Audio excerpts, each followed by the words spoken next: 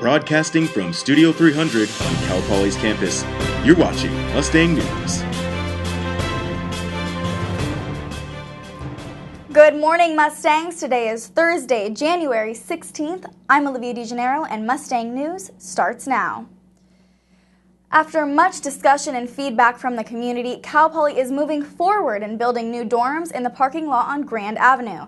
Christina Favuzzi finds out what these new dorms mean for the campus.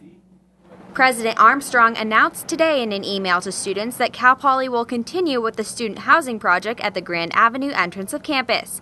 The university is waiting on final approval from the CSU Board of Trustees, but as of now, plans are moving forward. Having more housing is critical to student success at Cal Poly. We know that students who live in the residence halls perform better academically, reach higher levels of student success, graduate at higher rates than students who don't. In about 2 years' time, Cal Poly hopes to break ground on this parking lot and by 2018 have these parking spaces be 1,400 beds for first-year students.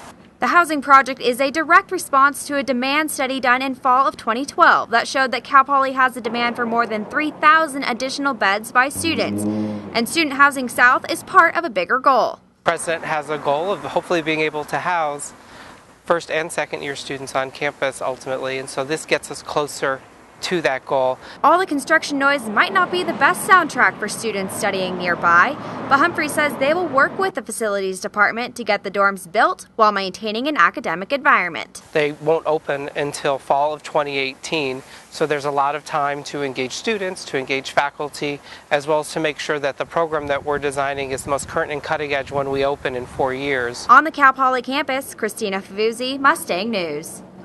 Rooms in the 5 new residence halls will be doubles and quads. A new dining location will also be built with those new dorms. 2 Cal Poly students were sexually assaulted in the past 2 weeks. University police sent out an email to students on Tuesday about a sexual assault that happened on campus on January 7th. A Cal Poly woman says she was walking on South Perimeter near the administration building at about 12:30 a.m. when a man came up behind her and put either a pillowcase or a bag over her head. She was able to get away, but was not able to identify the suspect. And another sexual assault in downtown SLO on Tuesday night. A man came up behind a woman San Luis Obispo police believe to be a Cal Poly student and sexually assaulted her at the intersection of Choro and Palm Streets. Police do not know if the suspect in both cases is the same person, but they do say both cases have similar patterns. Always be aware of your surroundings. If you're walking somewhere, be aware of your surroundings. Make sure you're traveling in well-lit areas, and again, traveling with friends. If you can't do that, then make sure you're letting friends know of your intended locations. Police have temporarily increased patrolling the streets, and they do ask students to be careful when going out at night. Cal Poly will be getting more money for the next upcoming school year. The new CSU budget of $142 million will be distributed among the 23 state campuses. The state has also borrowed $750 million to disperse among the CSU. Part of that money will go to giving professors pay increases. We're going to start losing some of our excellent faculty because they have not had raises in 5-6 years. Nozek says some of the money will also go to building maintenance. Cal Poly currently needs more than $100 million for building and facility repairs.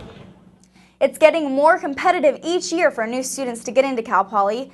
This year, admissions had its largest applicant pool in Cal Poly's history, with nearly 52,000 undergrads applying for next fall. Undergraduate applications increased nearly 10% in the last year, and freshman applicants have more than doubled since the year 2000. And out of those 52,000 applicants that applied, about 5,600 spots are going to be available for new students in fall 2014. Authorities are searching for bodies after a plane went down off the coast of Oceano on Tuesday. The sheriff's office believes the pilot is David Brian Casey of Friday Harbor, Washington. They are not sure if there was a passenger on board of what they believe was a single-engine plane. They are still looking for a crash site as well. 2:30, kind of a field of debris was found, and it's kind of where we're kind of stopped at right now. First responders, 5 Cities Fire, and CAL FIRE, and the Sheriff's Office have all been working in joint operations. They still don't know where the plane was traveling to or from. The San Luis Obispo County Sheriff's Office is still searching for suspects related to a large panga boat found on Cayucas Beach yesterday morning.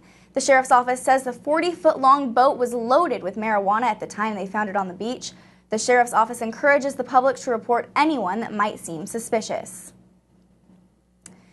For all the foodies out there, the best month of the year might just be January. Reporter Alexis Jacuti shows you why. Slow Restaurant Month began the 1st of January and will run until the 31st. More than 100 restaurants are participating this year. Restaurants varying in location from Pismo all the way up the coast to Cambria have special deals and menu items for the ongoing event. Some of the Central Coast's most popular eateries, such as Splash Cafe, are among the restaurants participating.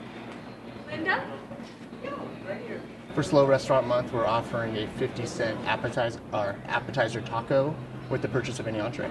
The annual event started as a way to keep businesses profitable during the slow month, but now it attracts both tourists and locals alike with special monthly deals and food choices. Some of the restaurants offer a 3 for $30 menu.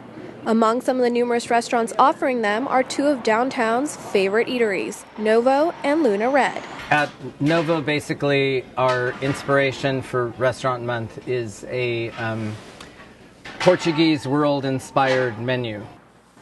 The theme for Novo's Restaurant Month is chosen a few months in advance and offers people the rare opportunity to taste food not typically offered at the restaurant. And Luna Red is doing the Spanish table.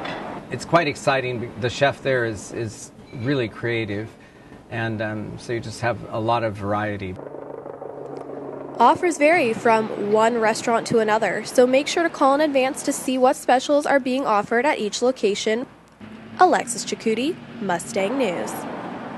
Looks like a great deal. Well, for a more detailed list on the locations and names of all the restaurants participating this year, you can go to visitsanluisobispocounty.com. And here's a look at your weather for today. You have a high of 82 degrees today, so it doesn't feel like winter very much here on the Central Coast. And tonight, a low of 47 degrees. It will be clear and sunny all day. And as I said, above normal temperatures for this time of year. It's going to be very dry and very windy. Conditions haven't been changing much over the past few days, and they aren't expected to be changing at all very soon. Well, thanks for watching today's Mustang News. You can tune into our weekly half-hour broadcast. That's on Charter Channel 19, UHTV Channel 7, and Campus Channel 2. You can also find constant broadcast coverage on mustangnews.net. Thanks for stopping by, Cal Poly.